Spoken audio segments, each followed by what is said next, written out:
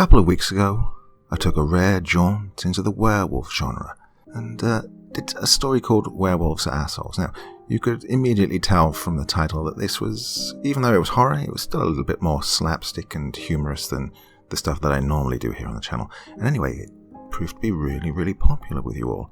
And the good news is, there is a follow-up story. Now, whatever you thought of part 1, let me tell you right away. Part 2 takes the story in a whole new direction. You are not even going to believe where it goes from here. So, hope you're ready. It's time once again to sit back and relax with your favorite drink on this Friday evening and listen.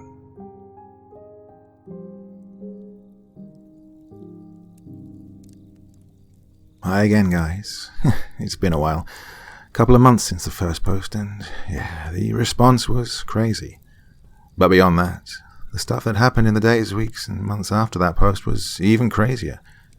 But before I get started, I'm actually a chick. Well, apparently, a lot of you figured I was a guy because my crush, now fully fledged girlfriend, was a girl. Apologies. I should have been more descriptive about my groin region in the last post. Anyway, here we go again. Alright. So a few days after the post, I saw a news report that unnerved the absolute hell out of me. As I was making my way through the neglected mountain of dirty dishes in the kitchen, I heard Jasmine call for me to come into the living room of my apartment. I started to ask her what she was carrying on about, but as I rounded the corner and the TV came into view, I stopped in my tracks as the image of a burned shack in the middle of the woods glared at me from the screen. "Isn't that the..." Jasmine started to ask, but I cut her off before she could finish. Did they say anything about the bodies? No. Actually, they said there was no sign of human remains. They're apparently looking for the... She trailed off. I could tell she was thinking back to the men from that night. I might have made it seem like we just brushed it off in the first part, but it was pretty traumatizing for everyone involved. We had talked about it a little, as much as she could for as long as she could hold it together, at least. I took it upon myself to start taking a class to learn to protect myself. Not like those cheesy grab here while stepping here and striking here self-defense courses, though. No, I found a combat school run by this big Australian bastard that has a more take this pointy knife thingy and stab the fucker in the eye till he lets go approach. And that has some real appeal to me after everything that happened. I'm not much more badass than I was at the time, but I'm getting used to the idea of wrecking someone's shit, at least. I'm still trying to convince Jasmine to come to a class with me, but I think the whole ordeal has had a more introverting effect on her. Dex has decided to get into shape too, and I quote, "To protect you ladyfolk like a real man." I don't think Dex understands that the community at large has never seen him as a towering monument to masculinity, but at least he's getting healthy. He's taken up cycling. Incidentally, the most noticeable change in his appearance so far is that every other day he shows up with a new patch of road rash somewhere on his body. "You don't think there's anything there that'll lead him back to us, do you?" she asked worriedly. No, everything got burned. Besides, we didn't do anything wrong. Why would the police be looking for us? I asked back. "I don't mean the police," she responded. "I mean, there might be other people who have something to do with that lab. What if they move the bodies and they come looking for us?" she continued. "How would they even find..." I began, before being interrupted, as if by some form of divine orchestration, by a loud and assertive knock on the door. The apartment fell into a ringing silence. I began to slowly drag my feet towards the door, inch by inch. Taking at least 3 times longer than it should have to finally get there, I began to reach out for the knob as another series of loud raps cracked through the quiet and caused me to convulse in shock. I turned to look back at Jasmine, whose hands were now clutched in front of her mouth as she watched me reach for the knob one more time with wide eyes.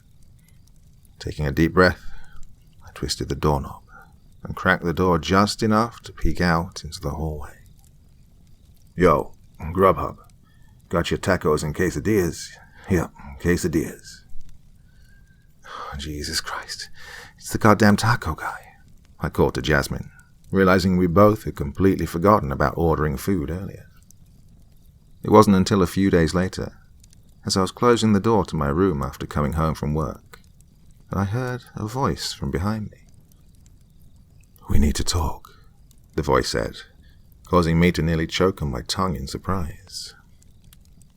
I wheeled around to face the source of the noise, to see a young man close to my age with deeply tanned skin, dark black hair and stubble, and a red bandana tied around his head. His clothes were normal clothes, just put together weirdly. It was hard for me to place at the time.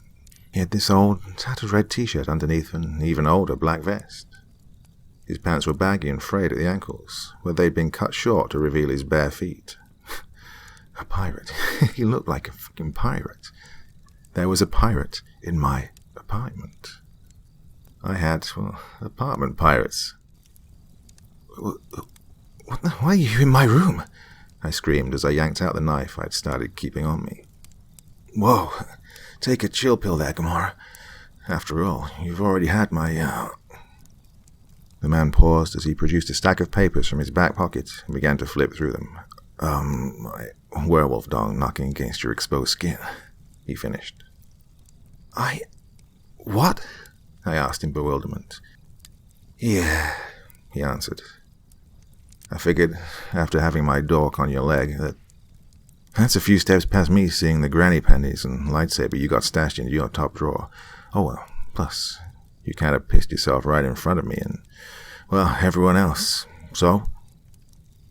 I stood there in silence for a few seconds, my jaw hanging open in absolute confusion, before shrieking, "You went through my stuff?" It's weird the places your mind can go during situations like that. Well, yeah.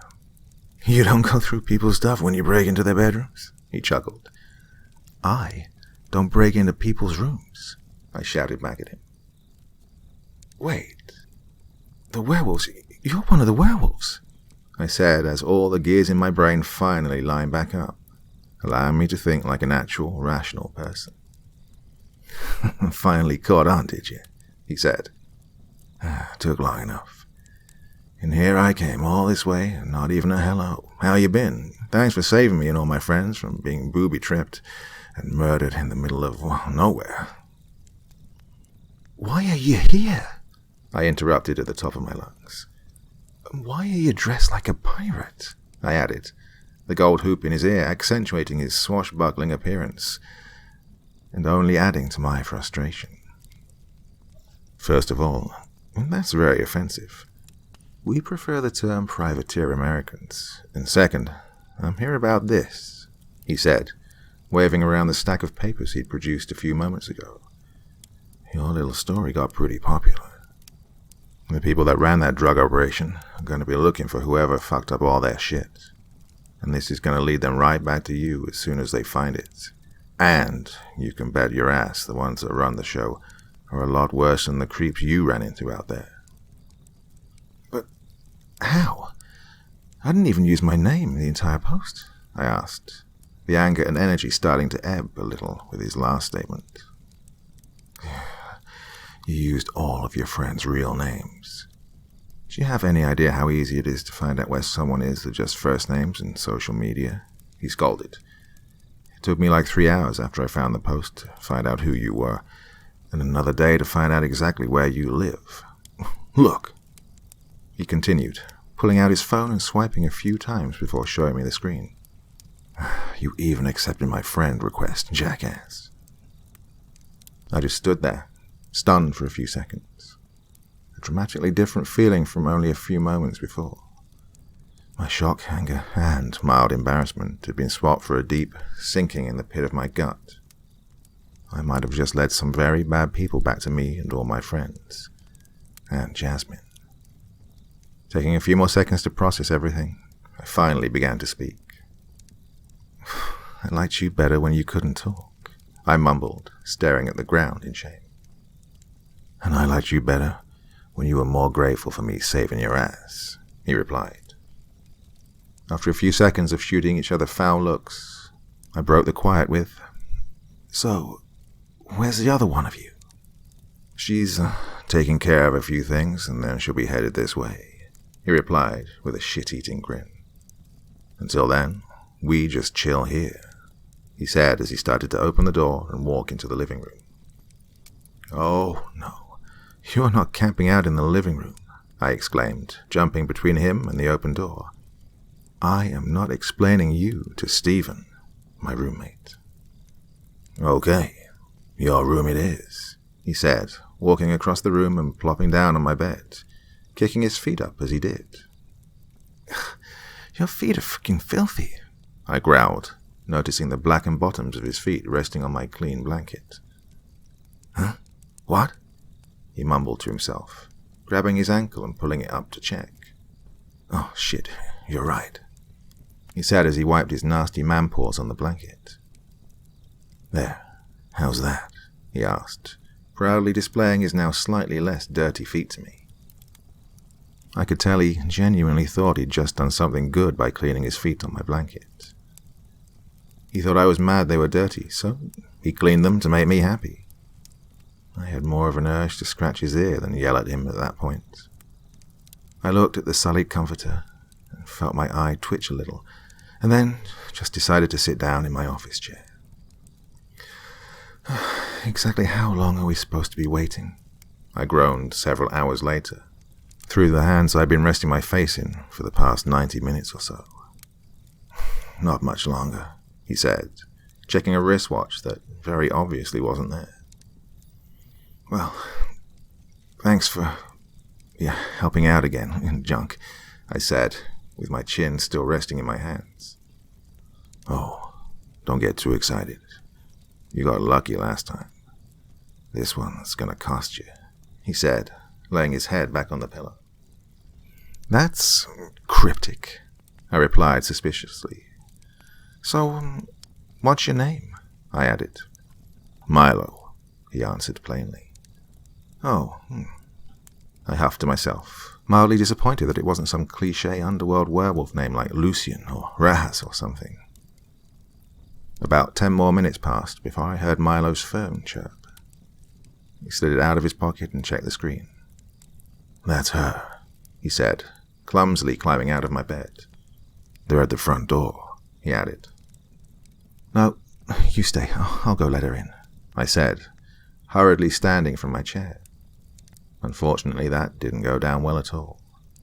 Several hours of sitting with my elbows on my legs had given me major toilet leg, and as I stood, both of my now completely numb legs tried to fold backwards in on themselves. This caused my whole body to crumple face first into the hardwood floor of my room with a dull thud. I heard a loud cackle as Milo pressed his face into my pillow, kicking his feet with manic laughter. Oh, God, I'm sorry, I shouldn't laugh. Are you okay? He asked, still chuckling as tears rolled down his cheeks. I shot him a hateful look as I wobbled to my feet. I somehow managed to baby deer walk across the apartment to the front door, as the living hell of pins and needles began to set in. I cracked the door, just to make sure who was actually supposed to be there was. As she came into view, I caught myself looking at what could have been the most gorgeous creature to ever walk the face of the earth. I slowly swung the door the rest of the way open, revealing her and all her splendor. She had the thickest, curly black hair that spun its way down past her shoulders and over her dark olive skin. Her eyes were a light blue and seemed to go on forever, just like a clear sky on a sunny day at the beach. She was draped in clothes the same color and fashion as Milo, but infinitely more lavish and beautiful. She was about as inconspicuous as a Christmas Day parade. Hello, my name is Tegan. It's so nice to see you again. My love, are you not well? She spoke with the heaviest Eastern European accent I'd ever heard, and even that was beautiful to my ears. She must have taken my moment of total unresponsive silence, coupled with my erratically trembling legs, as some form of illness. Don't think I'd ever blushed so hard in my life. Suddenly, Jasmine stepped between us with a scowl. She's fine, she said sharply. Come on, stud. Back so we can all get in. What Who's we? Who's all here? I stuttered, trying to peek around the corner to no avail. Everyone, she answered. Dex, Trey, Joanna, and Leslie. Yeah, Tegan rounded us all up and brought us here. She told us who she was and that she'd explain everything once we got to your place. Not even attempting to resist at this point, I just put my finger over my mouth, gesturing for them to be quiet so they didn't disturb my roommate, then silently led the small crowd into my increasingly packed room. Coming in last, I managed to shove and elbow my way back to my chair and sit down as Milo began to explain the entirety and severity of the situation. So, this wasn't just a social visit because you missed us so much, Trey said sarcastically, breaking the silence that fell once Milo's exposition was over. Tegan quickly strolled over to him. Oh no, my love, we missed you so very much as well. You are all such wonderful people, she exclaimed, hugging him tightly when she reached him. Apparently she didn't catch the sarcasm as she was attempting to comfort him. We all knew she was just being nice. But I think we also chose to believe it on the grounds of the idea that the corporeal angel we were currently confined in my room with missed us and wanted to warm our hearts. This woman oozed mama bear energy like you can't even imagine.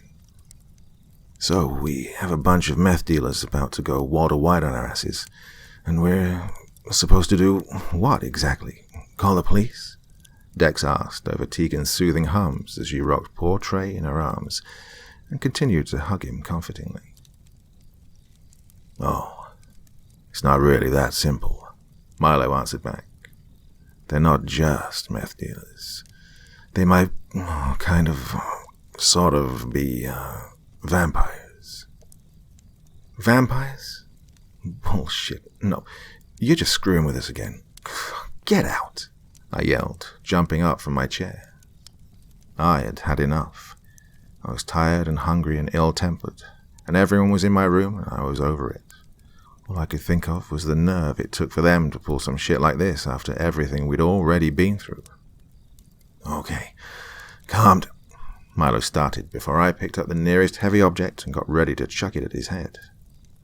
Hey, I was a 7-foot-tall murder puppet the first time you saw me.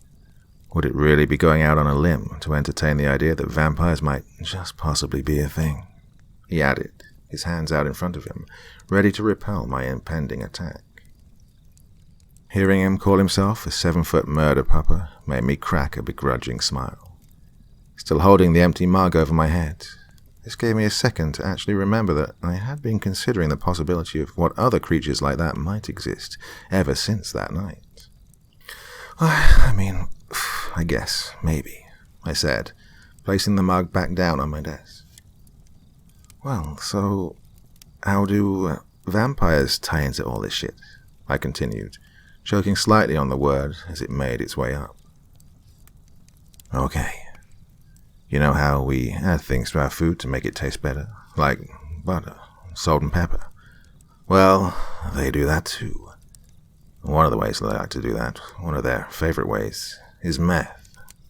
They get some poor schmuck spun out on the stuff, and then, right after their last hit, as they're on their last breath of life, they suck them dry, like a meth-head cocktail. The drug apparently affects the taste of the blood in just such a way that it, combined with the effects of the actual drug itself, is like a total delicacy for them. It's kind of like how people do veal, just slightly fucked up maybe. And selling the meth means they make hella cash while they take the snack packs to Flavor Town. That's really messed up, Leslie spoke up. But what are we supposed to do? Can't you guys just, turn back into wolves and get rid of them?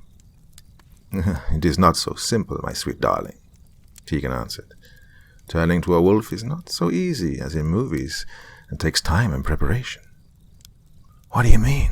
Trey asked, having finally escaped Tegan's clutches. You know how in the movies you see some dude morph into a giant wolf that's like twice as massive as he was as a regular person? Well, did you ever stop to think where all that extra mass comes from? Milo answered. To get that big, we have to eat that much and more beforehand. That shit doesn't just come from nowhere.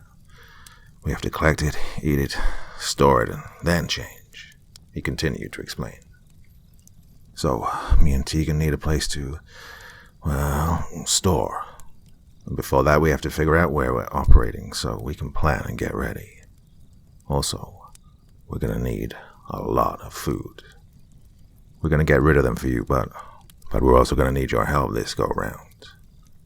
Tegan added, You also need somewhere to stay, not home. Regular homes aren't safe. They'll find you there, and us, if we stay too. All of a sudden, every eye was on me. In confusion, I looked over my shoulders, hoping there was someone with an actual idea standing behind me. There wasn't. So, I said the only thing I could think of. I could go call Gay Jake. About an hour later, we all had small travel bags packed with clothes, phone chargers, toothbrushes, and were on our way to Gay Jake's. Gay Jake lived on the outside of town in his own house, and thanks to his parents, had more money than God. It also happened that his best friend Lita was staying there while she was in town. This was super lucky because she liked hunts, or used to hunt poachers, or something. Anyway, she's supposed to have killed more men than malaria, and while Milo and Tegan are getting their shit together, I think we'd all be pretty safe around her should something go down at their house. Milo and Tegan ended up riding with me and Jasmine in the back seat. About halfway there, Tegan asked, So, you think you can trust this Gay Jake with our secrets and keeping them safe? Jasmine answered, Oh yeah, totally. Gay Jake is keeping secrets about half of the people in the state from, the other half of them. He's one of the nicest people in the world too. I don't think he's ever not helped someone when they needed it. But he does have a really fruity southern accent, so please don't make fun of him. Are you serious? Milo screeched from the back seat. He's rich, super nice, has dirt on everyone, has a super fruity southern accent, and his name is Gay Jake. He sounds like the coolest guy ever, and I have yet to meet him. I need to meet him. Jasmine and I both laughed at the idea that the actual mythical creature in the back of the car was so excited to meet Gay Jake. After that, it took about 10 minutes to get to the house, going slow to keep from drawing attention or anything. We pulled in at close to 11 o'clock, only to see Gay Jake's body lying in the middle of the driveway. Holy shit, is he okay? Milo yelled from the back as Tegan gasped in shock. He's fine, I said. That's just how he waits for company sometimes. Hey, move, shithead, I yelled out of the window, laying on the car horn as I did. His arm popped up off the ground, middle finger proudly extended, a large grin cracking across his face. As he hoisted himself off the ground, I yelled again, I'll run your gay ass over. Well, now isn't that the carpet muncher calling the kettle black? He said, walking over to the open window. Y'all all right? You get here okay? He asked, sticking his head through the window to check on everyone. Yeah, everyone else ought to be pulling up in a second. Oh, we really owe you for this one, Jake, I answered. Oh, honey, y'all don't owe me a damn thing. Now go on up there and get parked and head inside. I'll make sure everyone else gets in all right, he exclaimed. Oh, and help yourselves to anything in the kitchen. Y'all know where everything is. It hadn't changed none. I love him, Milo whispered in my ear as we drove up the driveway to park. We all filed into the house, which was immaculate and well decorated as always, although through no doing of Gay Jake himself. Just 'cause I like men don't mean I know what lamb goes with those curtains, he would say when asked if he did the decorating himself. We spread out as we entered through the back door and all found a place to sit, all except for Milo, who made a beeline for the kitchen. So, how do you, or how should I say, does one end up a werewolf? Jasmine asked to break the silence. If it's okay to ask, she added. Tegan got up out of her seat and sat down next to Jasmine, wrapping her arm around her shoulders and pulling her in closer. Oh, darling, you may ask me any questions you like. To be werewolf, you have to exchange the fluids with an already werewolf, she explained. Oh, so a bite. they do have to bite you?" Jasmine asked. Milo exaggerated from the entrance to the kitchen to get our attention. He shook his head and then held up both hands, making a circle with his thumb and index finger with one, and extended the index finger of the other before moving his extended index finger in and out of the circle a few times. Once he was satisfied with our disgust, he retreated once again into the kitchen. Oh my," Jasmine said, turning back towards Tegan, who had an affirmingly blushed expression on her face. "So, did you, know each other?" she added. "Yes, I met Milo when he came to my home of Romania on vacation. He had much more money back then. A gift from his grandfather, when he died, I think. I made him werewolf then, and we came back here together," Tegan explained. "That sounds like a beautiful story," Jasmine gushed. "Oh, darling, it is. I must tell you all of it sometime," Tegan said as Joanna, Trey, Leslie, and Dex walked in from the back door, shortly followed by Gay Jake. "What happened to tall, dark, and handsome you walked in here with?" Gay Jake asked, as he made his way in, looking around at everyone. "He's in the kitchen," I answered. "All right, I'm going to go get him in here. Then you're going to tell me all about whatever this shit is y'all got yourselves into," Gay Jake said before heading into the kitchen. I just began to ask if they'd noticed anything unusual on their way over. But before I could get the words out, I heard a racket in the kitchen. Milo came whipping around the corner with his arms up over his head for cover. Gay Jake close behind, yelling and swatting at him with a paper plate. "Go on now, shoo, get it, scat. I was saving that for later," Jake screamed, continuing his paper plate barrage. "He just ate damn near everything in my refrigerator. Still sniffed out the damn cheeseburger in the microwave I just got out before y'all got here and hadn't got to eat yet," he complained with visible duress. Milo ran across the room in an attempt to seek shelter from Jake's fury. As he did, I noticed that, unlike before, his once fairly average body now had a pretty noticeable gut that jiggled as he ran. "Ooh, he really can put it away," I thought to myself. "We'll go get you another cheeseburger," I reassured him in an attempt to rescue Milo, the werewolf. Once I got everything calmed down, and everyone got situated in the living room, I began to explain the entirety of the situation to him. Jake, never being the judgmental type, took the insanity of the story in stride, though he did have some well-founded disbelief. "Bullshit. I'm not going to sit here and have someone tell me that these two are some damn werewolves," he said, pointing in the direction of Milo and Tegan. "And y'all want me to believe that y'all in trouble with drug-dealing vampires because Hamburglar over there burned down their meth lab? What the hell are you kids on? I know it sounds like the weirdest, craziest shit on earth, but it's true," Trey spoke up. "Maybe if one of them could, turn into a wolf, would that convince you?" he added. "Oh, yeah. You get one of them to turn into a wolf in front of me, and I'll believe it," Jake answered. "But didn't you hear them?" Leslie interjected. "They said they have to prepare and it takes time. They can't just—" "Yeah, I got this," Milo said, hopping up from his seat and rolling up his sleeve to the shoulder. He held out his arm and started to strain and grunt as the muscles in his arm began to tighten. Slowly, they began to grow as skin darkened. Before long, thick black hairs began to sprout and then suddenly, snap. His arm began to stretch, along with his fingers. "Shit," he shouted on the first loud snap. He then clenched his jaw and grimaced as his right arm became unrecognizable to what it was moments ago. "Oh, come on, you fuckers. Almost there," he said to himself through gritted teeth, as he flexed and shook the tips of his elongated fingers as the nightmarish claws began to protrude and pop away the fingernails they were growing out from under. As this went on, I was the only one who noticed that this newly obtained belly was beginning to recede back to its normal size.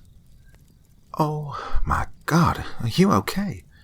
That looks like it hurt like a bitch," Jake shouted as he ran to Milo's aid, whose face was now bright red and covered in sweat. His right arm now looked exactly as it had the night we'd met, and I mean exactly. It was way out of proportion to his body, the tips of his claws just short of touching the floor. Once Jake had had a chance to take everything in, we began to get on the same page. He'd always been one to stay calm and take things pretty well, but I don't think anyone expected him to just accept that a man grew a werewolf arm right in front of him. When I asked him how he managed to stay so cool in the situation, he replied with a sassy, "Oh, sweetheart, if I look this good and I'm still single, then anything is possible."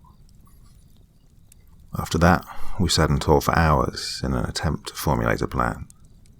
But, like most people our age, we only managed to agree to put it off until later and focus on getting more food. It became apparent that we weren't going to get anywhere after Jake spoke out mid-conversation. "All right, look, you're going to have to do something with that," he exclaimed, pointing at Milo's grossly oversized wolf appendage. "But you seemed so accepting of it earlier," Dex chimed in sarcastically. "I was and I am," Jake argued back. "But it still freaks me right the fuck out. I keep thinking it's going to try and crawl towards me or something. Look, just put this blanket over it." That morning I went to the grocery store, accompanied by Dex and Lita, who had been asleep upstairs the night before. They were also in the company of Jake's no-limit credit card and Leslie's van, so we could haul as much food as possible, not only to feed the troop of people currently camped out in the house, but to bulk up our two lycanthropic allies. It also turns out to everyone's surprise that Lita required absolutely no convincing that Milo and Tegan were werewolves, and that we're on a spun-out gang of vampires shit list. As it would happen, Lita already knew about all that shit.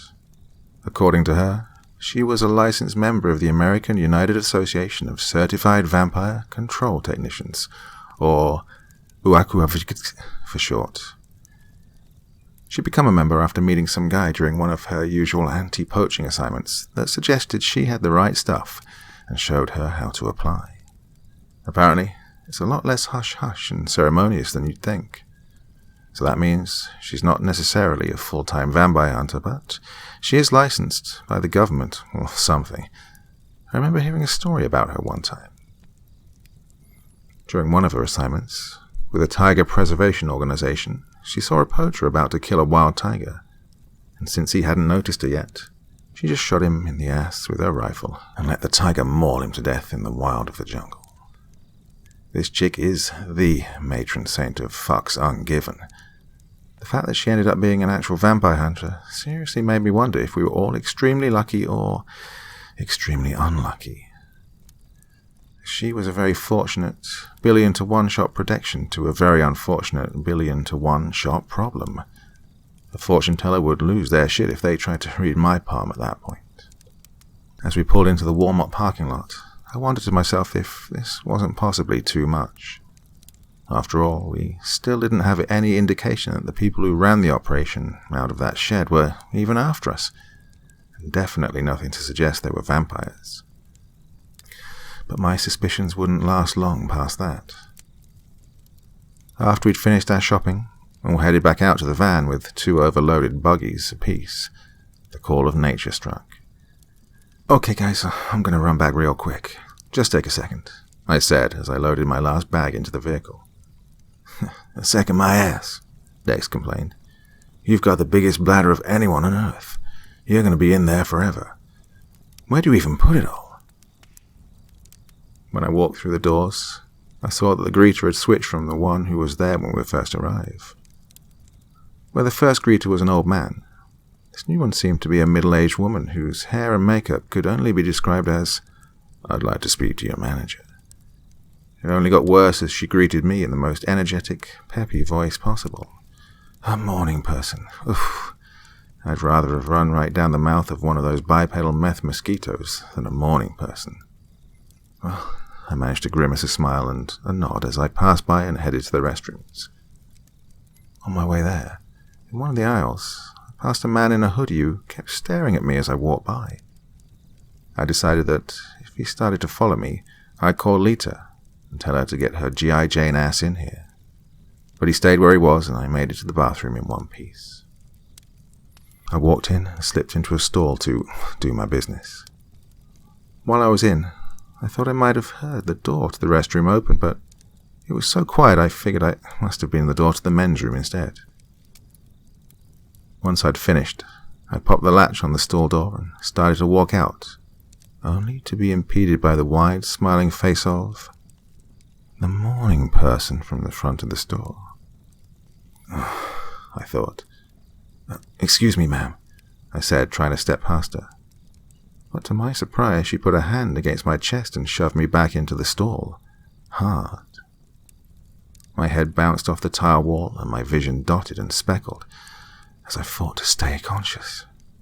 I came to my senses just as she leaned down into my face. "I thought that was you. You're staying right here, sugar," she hummed in that same insufferably cheerful voice. "I'm just going to call for a little help, and then we're going to cart you off and torture you until you tell us where all your little friends are." "I'm not going anywhere with you," I mumbled, still in a daze from the impact. "You have to take me out of this bathroom, and the second you do, I'll pitch a bitch like you can't imagine. You'll never make it out the door with me." No, sugar. You won't be doing a darn thing after I take just enough blood out of you not to kill you. Why, you won't even be able to stand on your own after I'm done. Now, let me just get comfortable first, and... Then she started to lift me off the floor and up against the stall partition. As fear and panic started to set in, I tried to scream, but she pressed her hand over my mouth so hard I could taste blood from my lip. I kicked and squirmed and punched, but nothing even seemed to bother her as I felt the hand on my mouth begin to push my head to one side and expose my neck.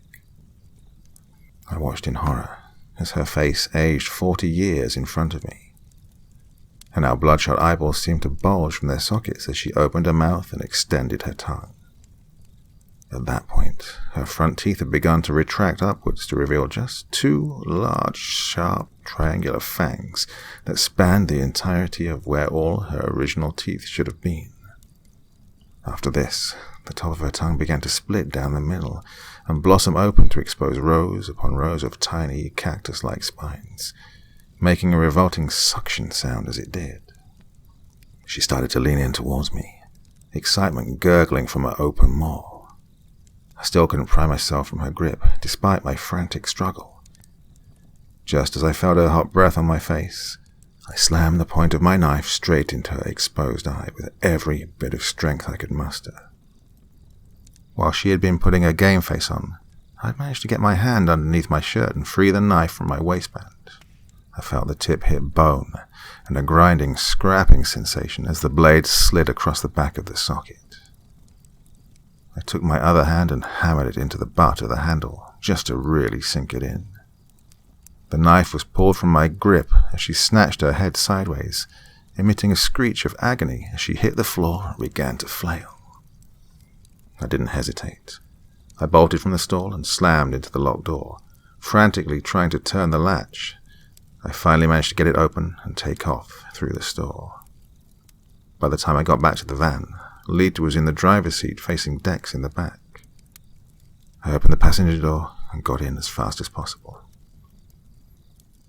"See, I told you you'd take forever. We've been in here for like 15 minutes, and Lita keeps doing that thing where she keeps saying, 'I must break you,' in Dolph Lundgren's voice. She knows it freaks me out," Dex griped as I sat down. "Hey, it's not my fault he's Hey, are you okay?" Lita said once she turned to look at me and saw the sweat running down my face and the blood dripping out of my mouth. Before I could collect my thoughts and answer, broken glass exploded in the cab from the driver's side window. Morning bitch must have gone out a back door, circled round, and dived through the window after us. It took Lita a second to orient herself, but once she did, oh boy. Operation Ho Hell No went into full effect. Lita grabbed the handle of my knife that was still sticking out of her eye socket to hold her head in place and started raining down elbows on her temple like it was what all the cool kids were doing. Every blow bouncing Morning Bitch's head off the steering wheel, causing the horn to bark out over the sounds of Dex freaking the absolute fuck out in the back. Lita continued the onslaught until the blade finally slipped loose from her head, allowing her to slide out of the window and onto the pavement. As soon as we heard the dull thud of her body crumple to the ground, Lita fried up the engine and peeled out of the parking lot as fast as she could. "Are you okay?" she asked once again, glancing back and forth from the road to me. Yeah, I'm good," I answered, looking down at my hand when I felt a warm, stinging sensation in my palm. A deep gash ran through the center of my hand. My hand must have slid down onto the edge when I stabbed her. As I looked, I noticed a few thin, black lines snaking their way around, peeking out from under the flowing blood as they headed down my wrist towards my arm. Sliding my hand into my pocket, I reassured her. "I'm fine. Everything's fine."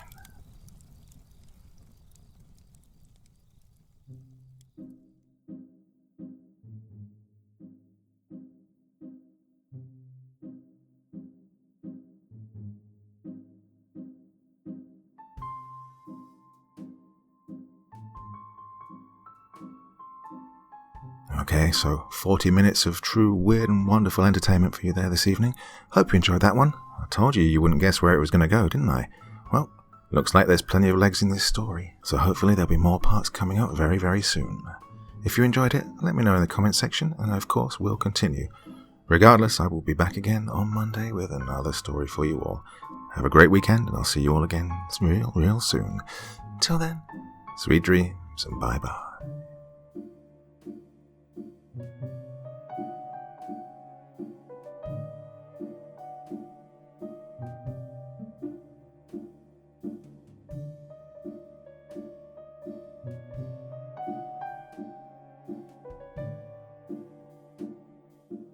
Thank you so much for choosing to spend your time listening to me. Now, if you enjoyed the Dr. Creepen experience, then come find me on Facebook. Come chat with me on Twitter.